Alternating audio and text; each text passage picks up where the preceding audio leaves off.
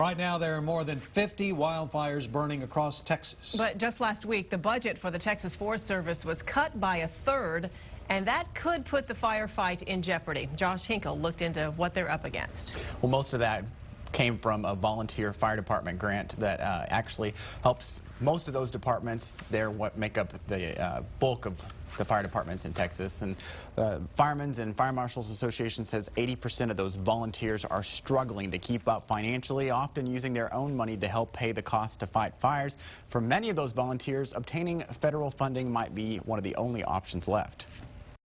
I full well expect the federal government to come in to do their part. For months, Governor Rick Perry's been asking the Obama administration for a major disaster declaration. That would have brought the most assistance to the state for wildfire response and recovery. First, the federal government said no. Then an appeal brought some, and now some more. But not everything the governor wants. One of the problems that we've historically had when we're making requests for federal assets, and I'm talking about DOD in particular, is there's just a lot of bureaucracy there.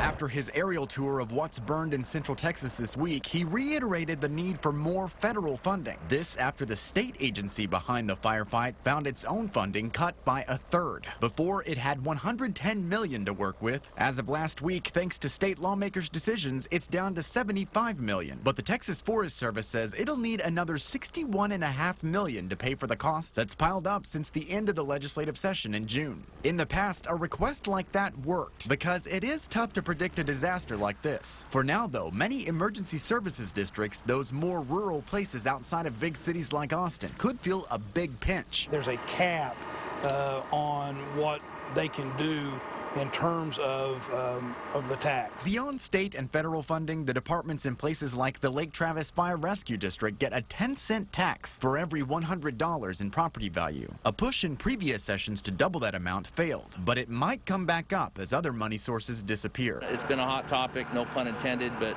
we're really trying to work towards that. Josh Hinkle, KXAN News.